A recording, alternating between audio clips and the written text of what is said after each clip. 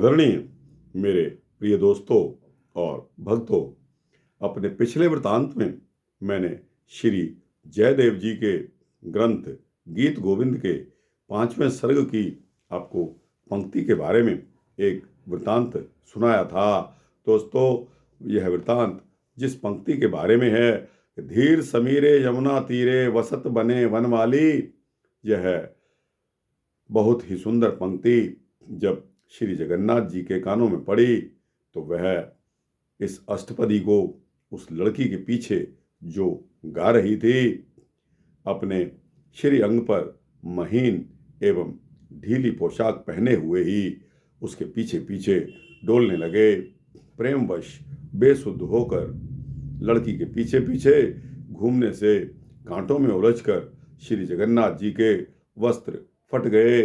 उस लड़की के गान बंद करने पर आप मंदिर में वापस पधारे।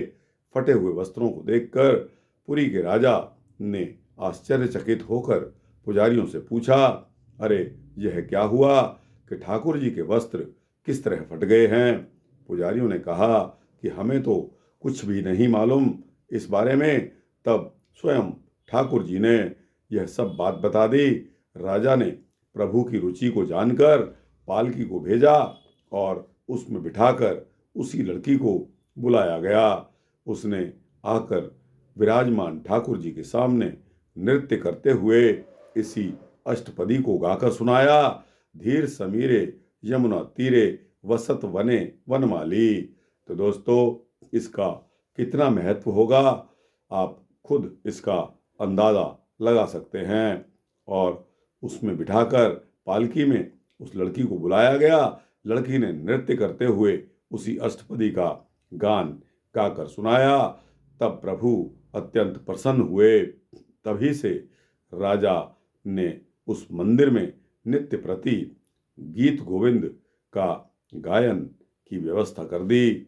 उक्त घटना से गीत गोविंद के गायन को अति गंभीर रहस्य जानकर पुरी के राजा ने सर्वत्र यह ढिंढोरा भी पिटवा दिया था कि कोई राजा हो या निर्धन प्रजा हो, सभी को उचित है कि इस गीत गोविंद का मधुर स्वरों में गायन करें। उस समय ऐसी भावना रखें कि अपने प्रियतम श्री राधा श्याम सुंदर समीप विराज कर श्रवण कर रहे हैं।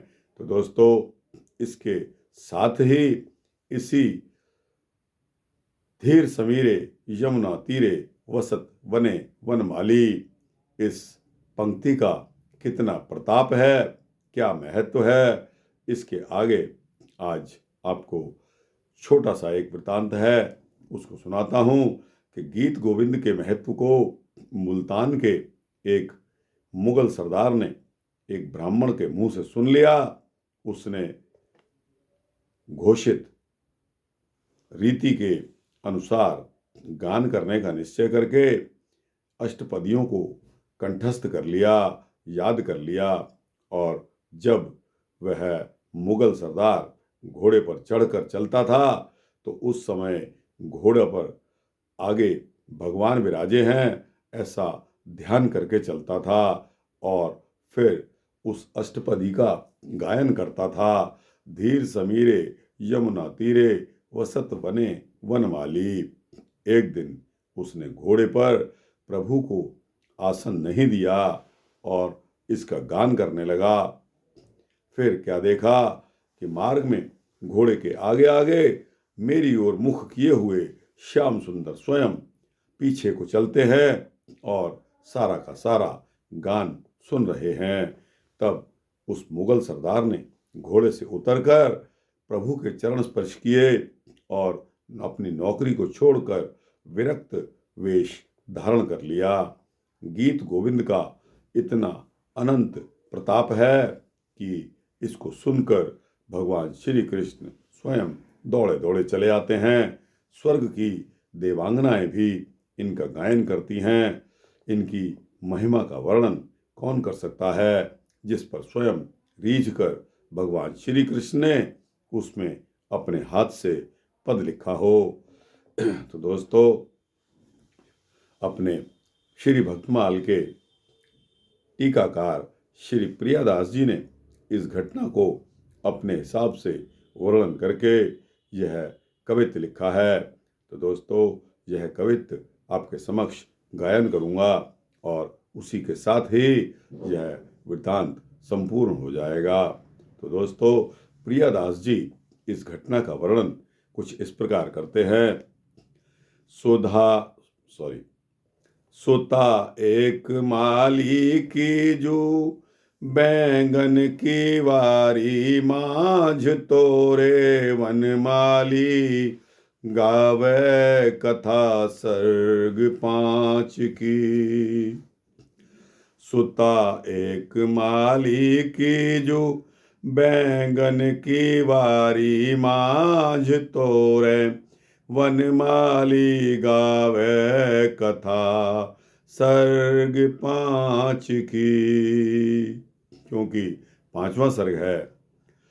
डोले जगन्नाथ पाँचे काछे, अंग मही झंगा, आछे कहे घूमे सुधी, आवे वीर हांच की। डोले जगन्नाथ पाँचे काछे, अंग में ही झंगा, आछे कहे घूमे सुधी, आवे वीर हांच की। फट्यो पट देख नृप, पूछी अहो भयो कहा, जानत ना हम अब कहो बात सांच की। फट्यो पट देखी नृप, पूछी अहो भयो कहा, जानत ना हम अब कहो बात सांच की। प्रभु ही जनाए मन भाई, मेरे वही गाथा, ल्याए वही बालकी को, पालकी में नाच की। प्रभु ही जनाई मन भाई, मेरे वही गाथा, ल्याए वही बालकी को, पालकी में नाच की। फेरी नृप डोंडी ओढ़ी बात जान महा, राजा ने डोंडी पिटवा दी।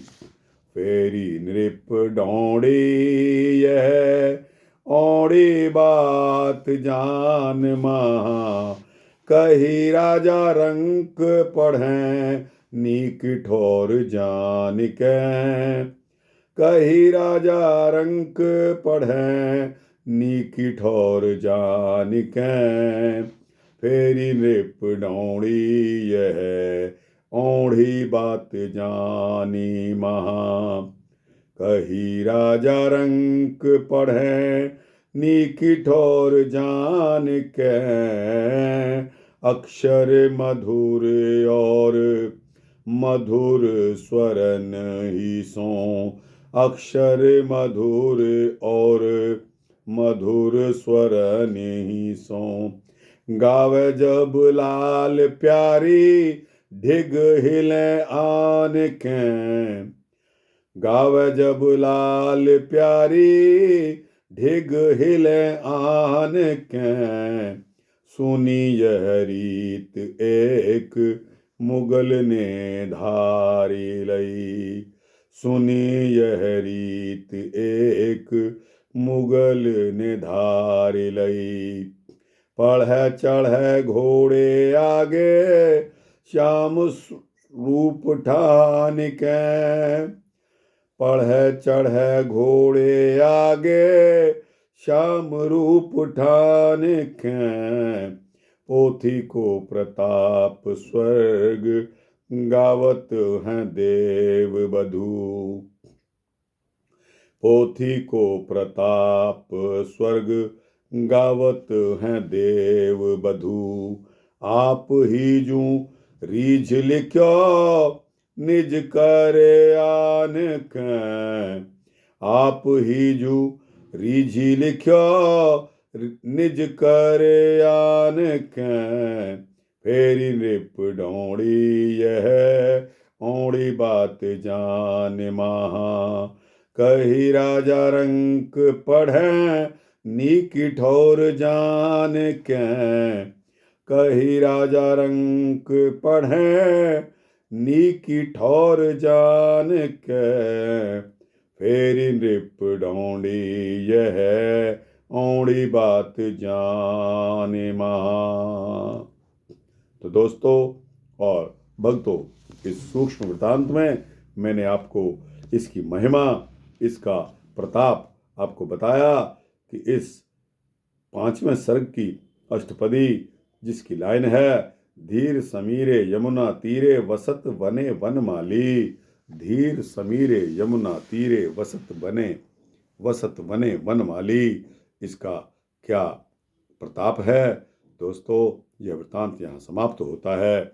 आपको अच्छा लगे तो आपको इसको लाइक और शेयर करते हुए अपने दोस्तों, भक्तों, मित्रों, जिज्ञासुओं के समक्ष इसको जरूर भेजना। कमेंट्स बॉक्स में अपनी राय भी देना। चैनल को सब्सक्राइब करेंगे तो इसी तरह के सूक्ष्म भक्ति वृत्तांत आपको मिलते रहेंगे। जय श्री राधे, जय श्री श्याम, जय श्री श्याम सुंदर, जय श्री राधे कृष्णा।